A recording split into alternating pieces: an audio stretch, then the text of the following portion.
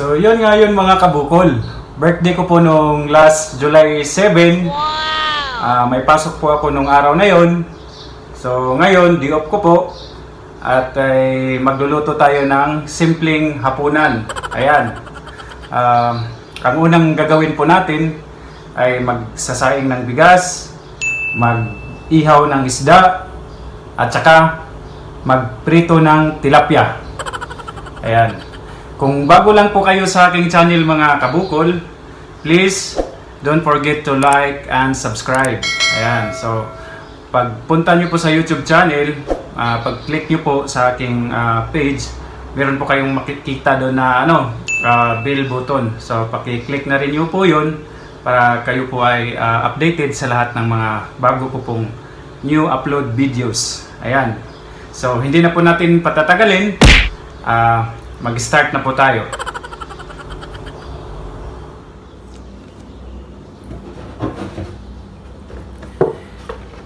Ito po pala yung nabili nating isda. Ayan. Wow! So, meron po tayo ditong 2 pirasong tilapia. Ayan. Isa. 2. Ayan. Malinis na po ito. So ito po yung ito po yung pamprito natin, 2 tilapia. At saka yung pang-ihaw naman natin ay ito.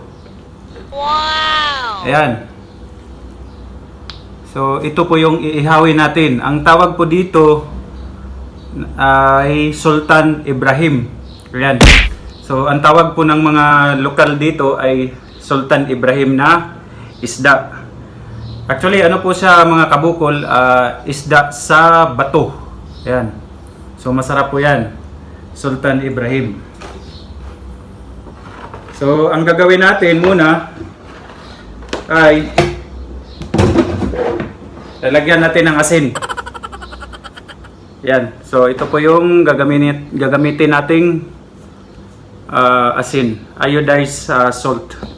Ito po yung pambudbud natin dito sa ating piprituhing isda at saka iihawin na tilapia. Ayan.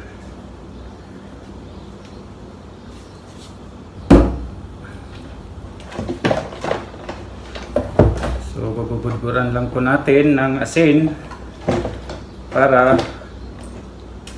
maging malasa siya. Ayan. So, ilagay muna natin siya sa gilid.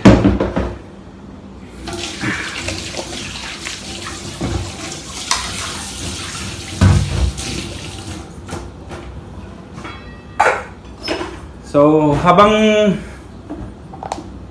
wala pa tayong uling para sa ating inihaw. So, ang gagawin muna natin ngayon ay magsasaing ng bigas. So, ayan. Meron na pong laman na bigas ang ating rice cooker. 3 takal po ito.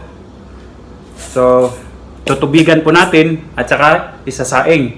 So, para habang nagluluto tayo ng ating ulam, ay paluto na rin yung ating bigas, yung ating kanin. Okay? Di ba?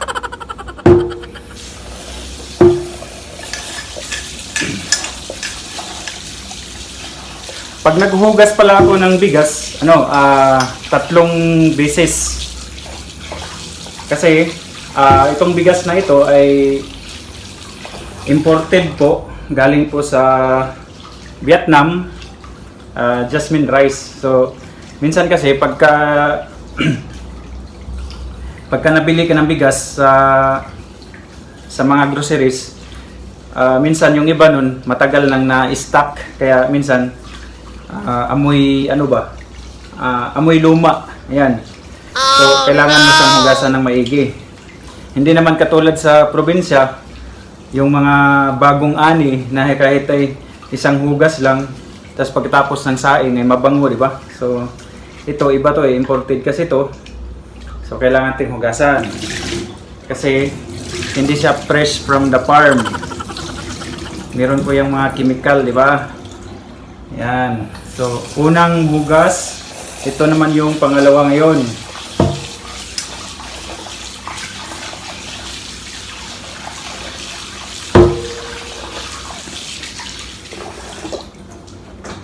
Ayan. Ayan, pangalawang hugas.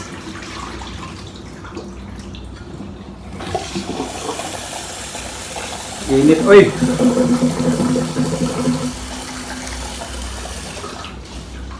Pangatlong hugas.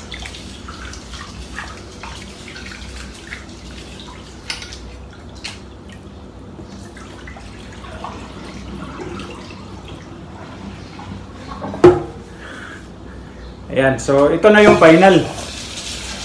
Ang final na gagawin natin ay susukatin natin yung tubig para sa ating sinaing. Ayan, pag ako ay susukat ng tubig sa aking sinaing, so dito po, ayan, paano ba? Hindi nyo makita, ayan, hanggang dito. So, may unang linya, tapos pangalawang linya. Ayan. So, yan po yung aking technique. Meron din pong sukatan dito, pero ako ay sanay na po magsaing. So, dito po yan. Susukatin natin. Ayan. Tama-tama. So, ilalagay po natin dito. Siyempre, pupunasan.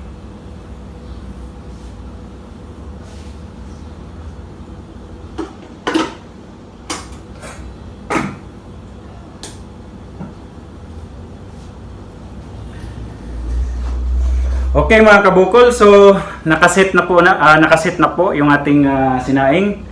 Pamaya-maya ay maluluto na po 'yan. So ang susunod nating gawin ngayon ay gagawa ng baga, gagawa ng uling para sa ating inihaw na isda. Okay? So tara, samahan niyo ako.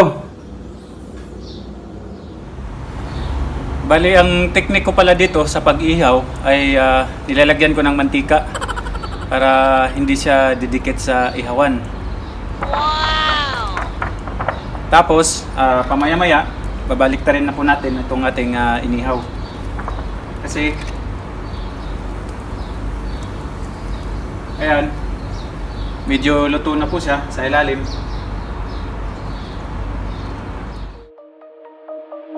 Shine bright up all night, we're never slowing down. Drunk mistakes, we're bound to hit the ground. Gotta keep this feeling, keep on breathing, even if we're slipping away. So I close my eyes and lose myself now, do it like it's only today. We got a party for a lifetime, no we ain't stopping for the sunrise, and we don't care about the bad nights. For a second I can feel like this, make me feel like this.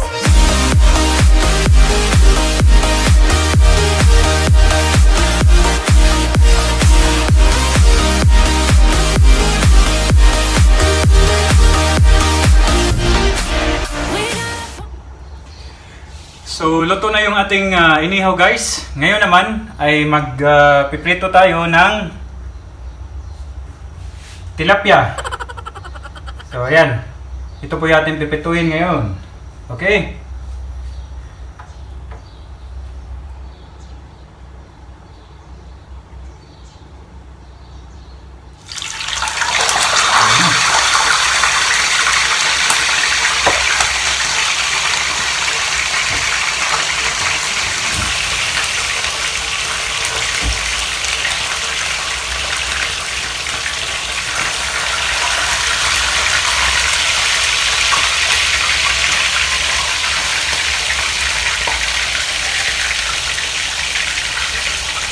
Malaking tilapia po siya guys. Isang piraso. Kasyang-kasya lang po siya sa kawali. So hindi siya pwedeng pagsabayin tong dalawa kasi malaki po.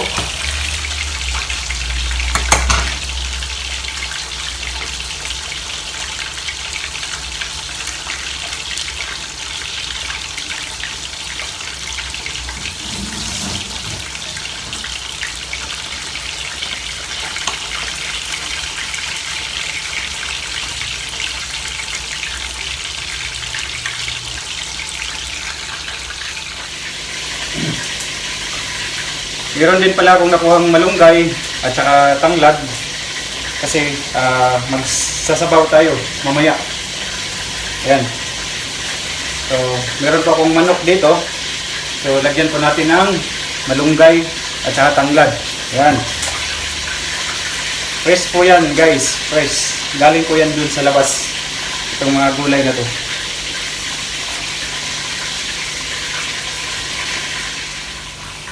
So, habang binabantayan natin yung ating prito, tatanggalan natin ng tangkay itong ating malunggay para sa ating sabaw na manok.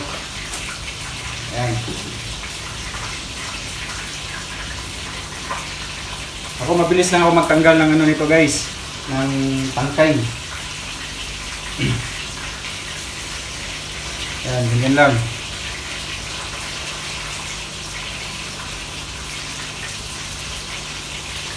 Tapos itong lemongrass naman, tinatanggal ko yung ano nito, yung dahon kasi wala namang lasa yung dahon eh. Kasi yung lasa nito nandito. Ayan. So sa tanglad, nandito po yung lasa. Pitpitin nyo lang po to. Ayan, pitpitin nyo. Tapos guntingin nyo yung dahon. Itapon nyo na yung dahon kasi nandito yung lasa nito.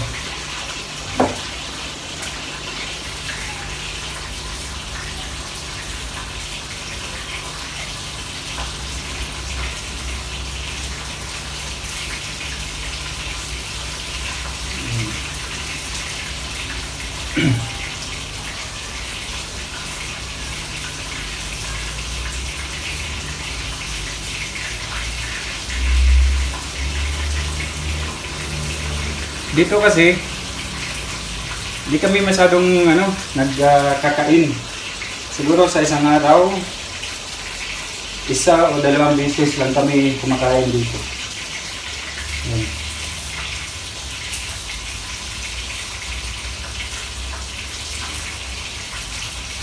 So tapusin ko muna to.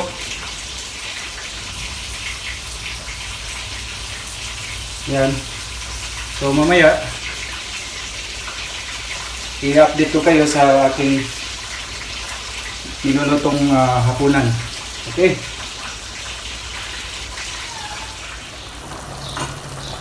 Okay mga kabukol, so okay na po ang ating ulam ngayon.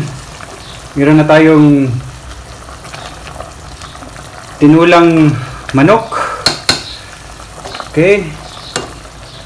Meron din tayong inihaw na isda at pritong tilapia. At syempre, yung sausawan natin, suka, tuyo, sibuyas, kamatis.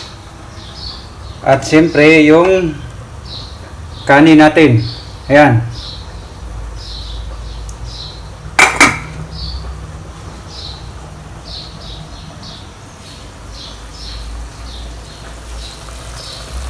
Ayan o.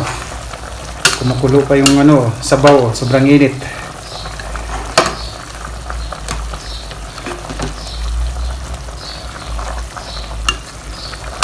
Okay mga kabukol, kain tayo.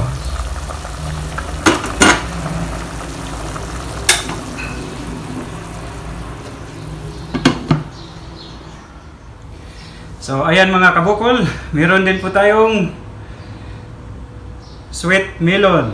Yan. So atin po itong babalatan. Actually, mas gusto ko tong sweet melon kumpara sa watermelon. Ayan. So, itong buong sweet melon na to ay atin po itong babalatan. Ayan.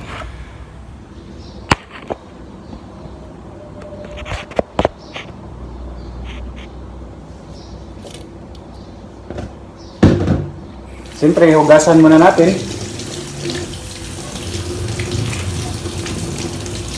Ayan.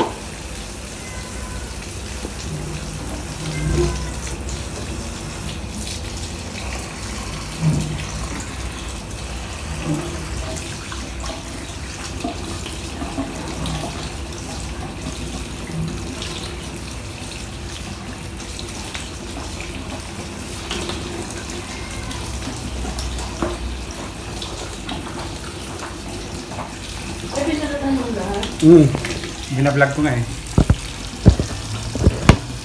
Ayan.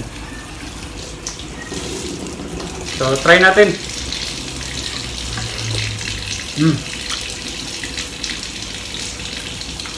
Ang tamis.